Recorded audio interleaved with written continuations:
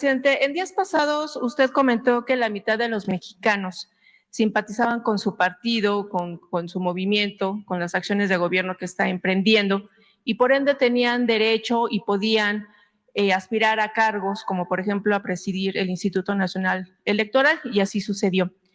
En ese sentido, yo quisiera preguntarle por qué no se aplicó el mismo criterio en el nombramiento de los consejeros del INAI y optó usted por vetarlos, tomando en cuenta que pues entonces hay otra mitad de mexicanos que no comulgan con su movimiento, con su partido.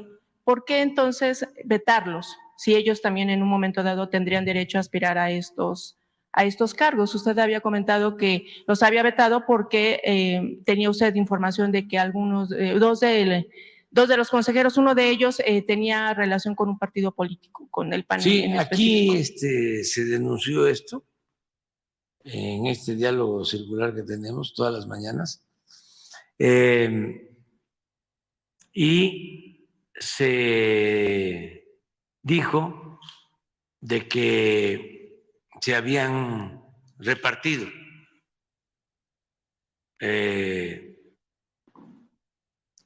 entre los grupos en la Cámara a los del INAI. O sea que uno para Morena y otro para el PAN. Creo que así fue. Digo, eso fue lo que plantearon. Y yo hice pues una investigación y sí, encontré eso, de que había habido participación de los partidos y que incluso ni siquiera habían pasado el examen o no habían estado en los primeros lugares. Sí, y entonces dijimos, pues no. ¿Cuál es la diferencia con lo del INE? Pues que en el caso del INE fueron 20 y hubo un sorteo y de ahí salieron 4. Y eso es democrático. Claro que pues a los conservadores y a los medios de información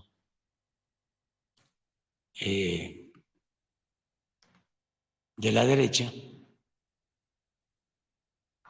defensores de los corruptos, pues no tampoco les gustó. Pero miren lo transparente de todo, ¿no? Cómo al final de cuentas la verdad se abre paso.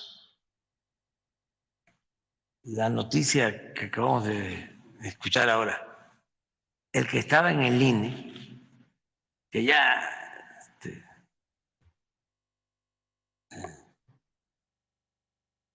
es preferible olvidar. Esta desfachatez. Se va a la UNAM, pobre UNAM, ¿no? Me habla mi alma mater. No, no, no, no, no. No. Bueno, pero eso pasa. Pero luego irse de comentarista con Loret de Mola. Imagínense cuánta gente engañada defendiéndolos, porque el INE no se toca. Supuestamente ellos, ¿no? Independientes, árbitros.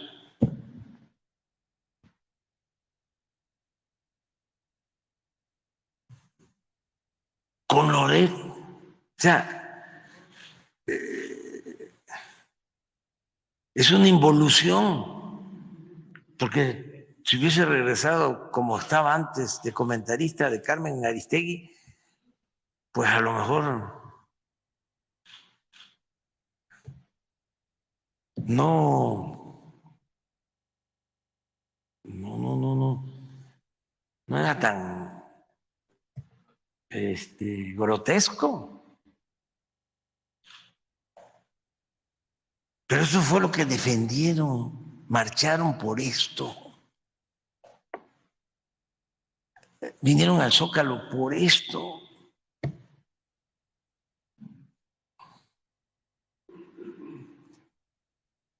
En esencia, ¿qué les va a importar la democracia? ¿Qué les va a importar? El INE. No, es esto. Es una decadencia. No cabe duda que tenía razón el presidente Juárez. El triunfo de la reacción es moralmente imposible, porque esto es un acto de deshonestidad, como se le vea.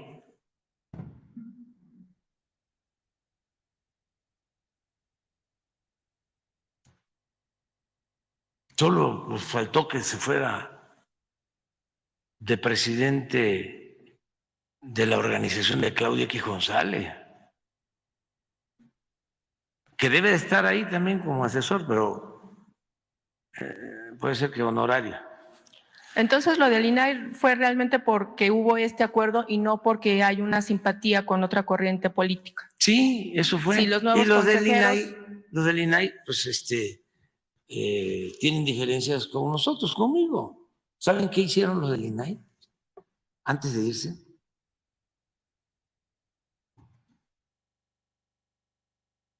Ya he dicho varias veces, pero también para los jóvenes. Hay que cuidar en política, no hacer el ridículo.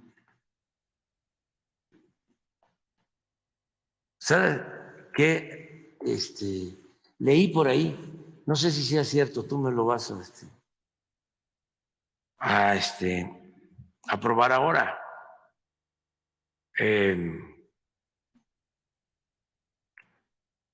Antes de su última sesión,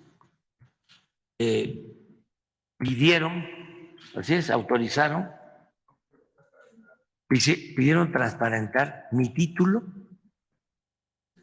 y mi tesis de la UNAM. Ya la voy a traer mañana. O sea, no, mañana no, porque nos vamos. El lunes voy a traer el título, a ver si lo encuentro por ahí. Y la tesis, sí. Sí. Presidente, de hecho, en A ver, préstamela. Porque esa es pública, pero les quiero decir algo de la tesis que es muy importante. Que también, ojalá y la lean los conservadores.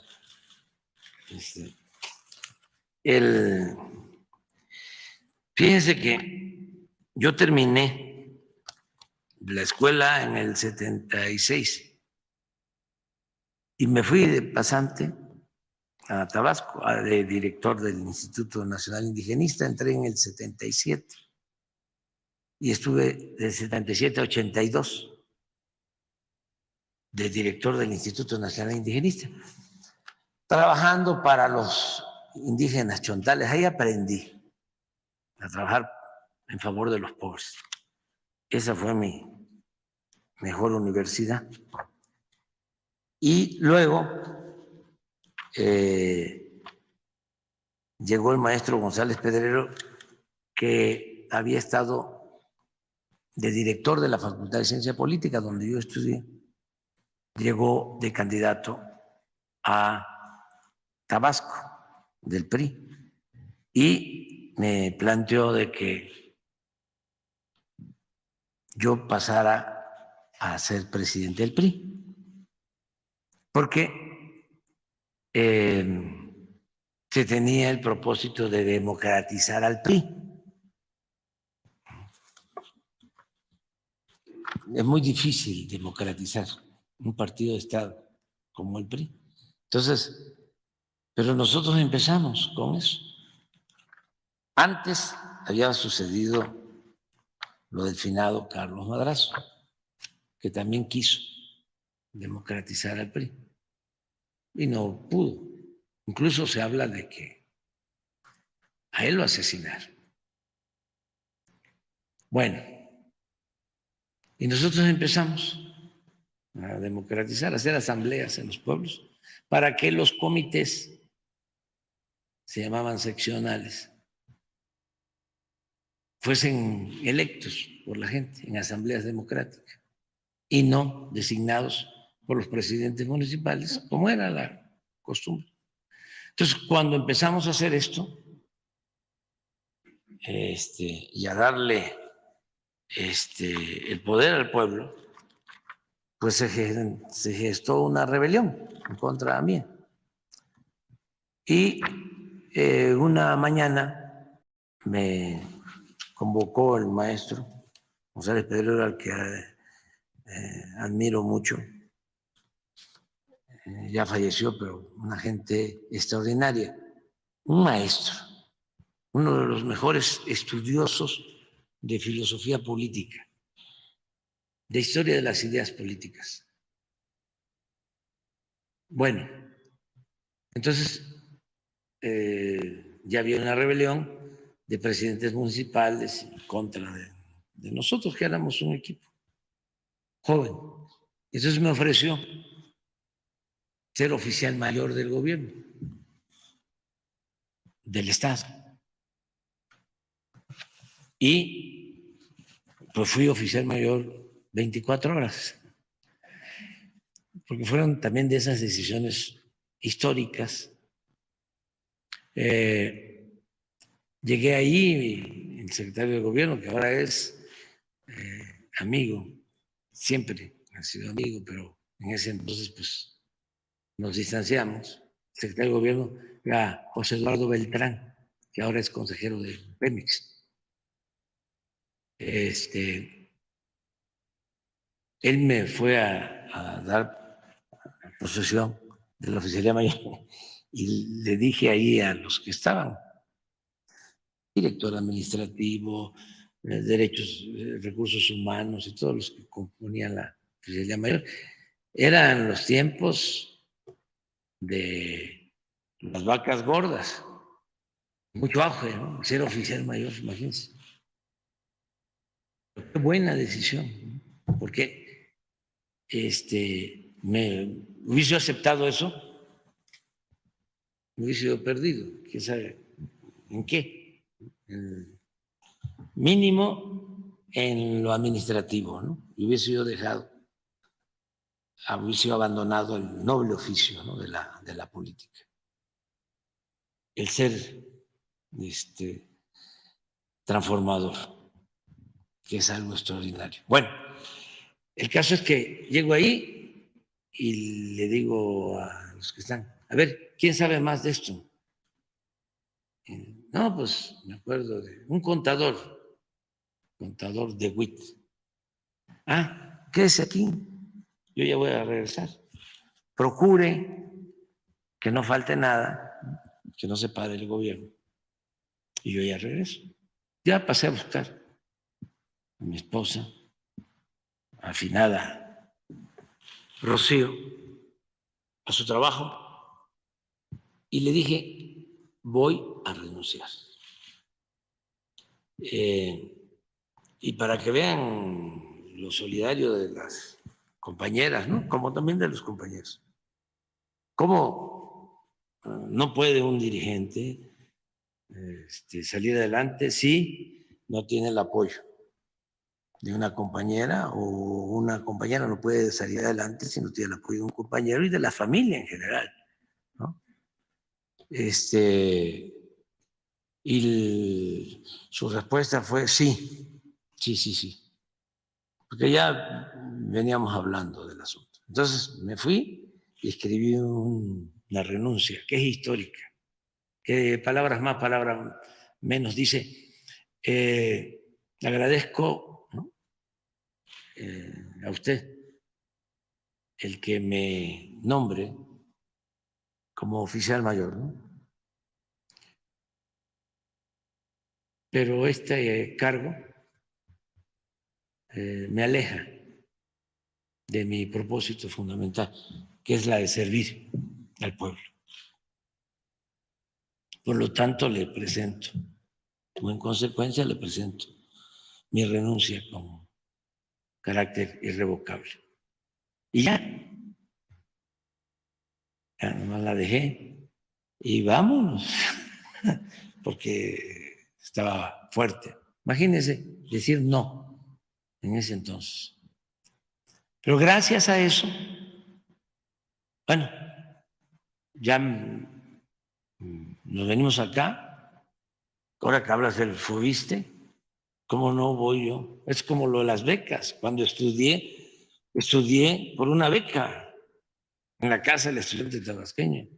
Cuando regresé de esa situación de Tabasco, llegué a rentar un departamento, llegamos a rentar un departamento en Copilco, 300. Esa unidad no se me va a olvidar nunca tampoco. Y luego ya conseguí trabajo en el INCO, Instituto Nacional del Consumidor. También le agradezco mucho a la licenciada Clara Husiman, me dio trabajo.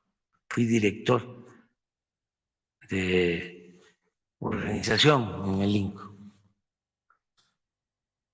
Esto de los precios, el quién es quién en los precios, por eso lo de Sheffield, algo parecido.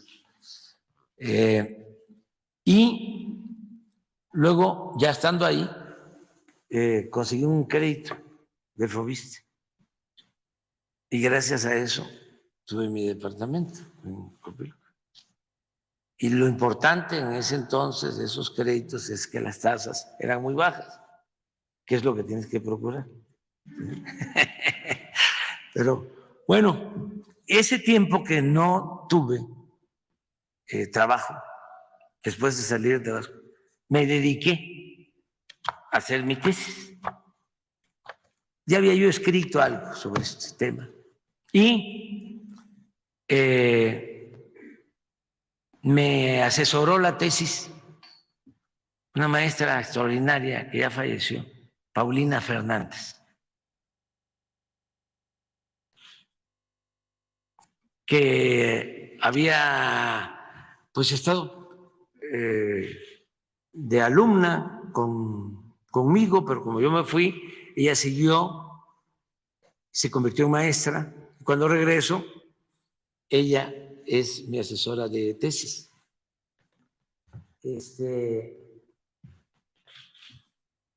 Y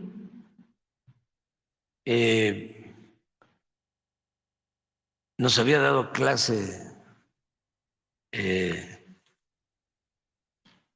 el maestro Octavio Rodríguez Araujo, sí, partidos políticos, a los dos. Y es muy interesante porque, para recibirme, antes en la facultad se necesitaba el dominio de un idioma o la traducción de dos. Entonces me inscribí en el Centro de Lenguas Extranjeras de la UNAM, en francés y portugués, porque me ha costado el inglés. Y ya terminé el curso, presenté mi examen y ya llené todos los requisitos, hice la tesis con ella. Y la tesis se llama Proceso de Formación del Estado Nacional en México. Y sí es un aporte, considero importante, porque aquí explico cómo Juárez llevó a cabo las reformas para separar el poder del Estado y el poder de la Iglesia, más que nada del clero. Y aquí explico, y sí es algo, vamos a decir, novedoso, porque imagínense cómo se llevó a cabo esa reforma. Sí, el clero era dueño de todo, pero no solo de los bienes materiales, también de las conciencias. Y el movimiento liberal estaba compuesto por una minoría. Las tierras eran propiedad del clero. Por eso Juárez y Madero fueron muy enfáticos en distinguir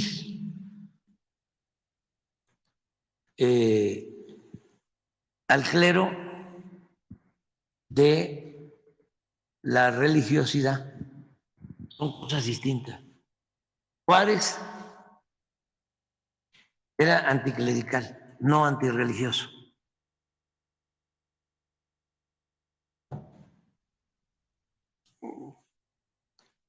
El clero era una corporación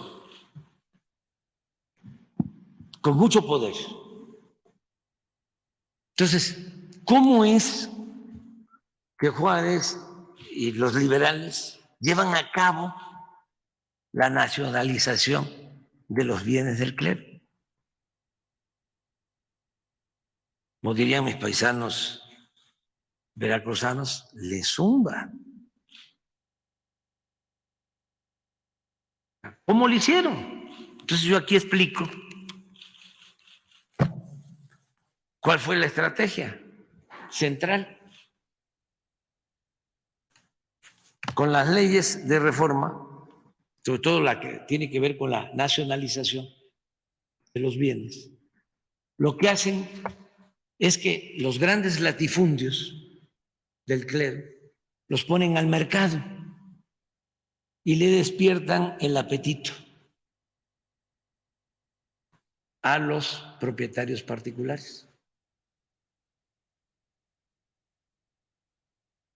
Y por interés más que por convicción, esos propietarios particulares, de ser conservadores, se vuelven liberales. Y de esa manera, el movimiento tiene ya una base de apoyo. Voy a poner ejemplos. Luis Terrazas,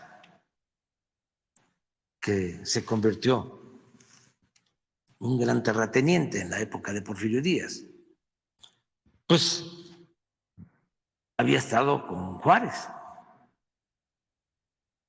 era juarista.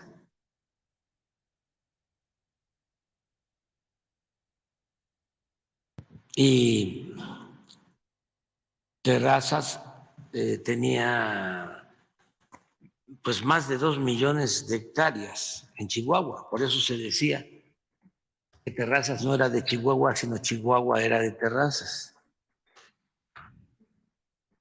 Los Carranza, papá de don Venustiano, juarista, también hacendados.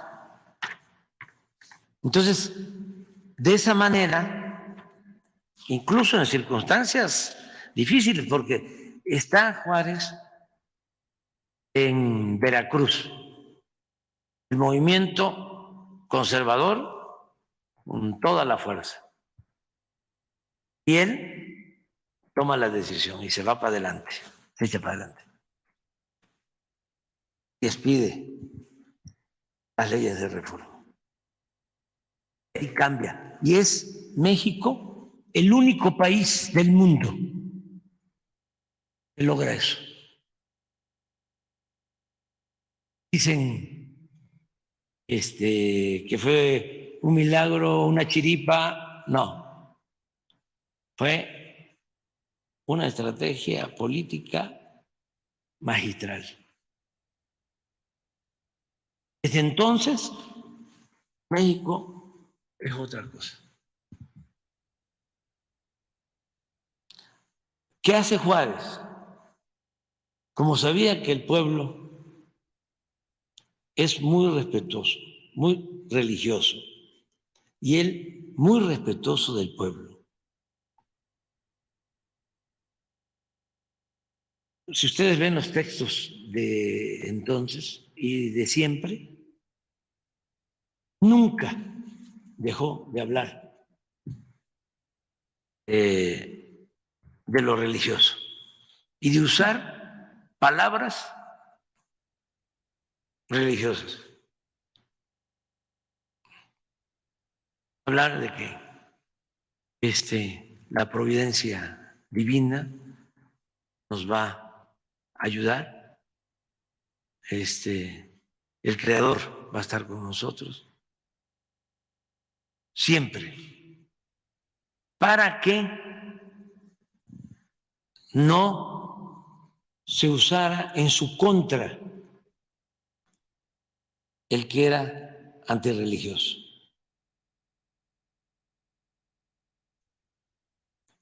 Bueno, hasta Ignacio Ramírez, el nigromante, llegó a decir, y ese fue excomulgado por el Papa, como otros, pero llegó a decir, yo me hinco donde se hinca el pueblo.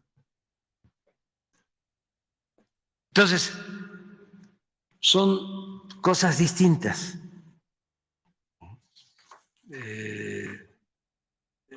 Repito, Juárez era anticlerical, no antirreligioso. Entonces, esta tesis tiene que ver con eso, demostrar cuál fue la estrategia. Ojalá y la lean los conservadores, se las voy a mandar a los del, ¿cómo se llama?, de la transparencia. Sí. Presidente,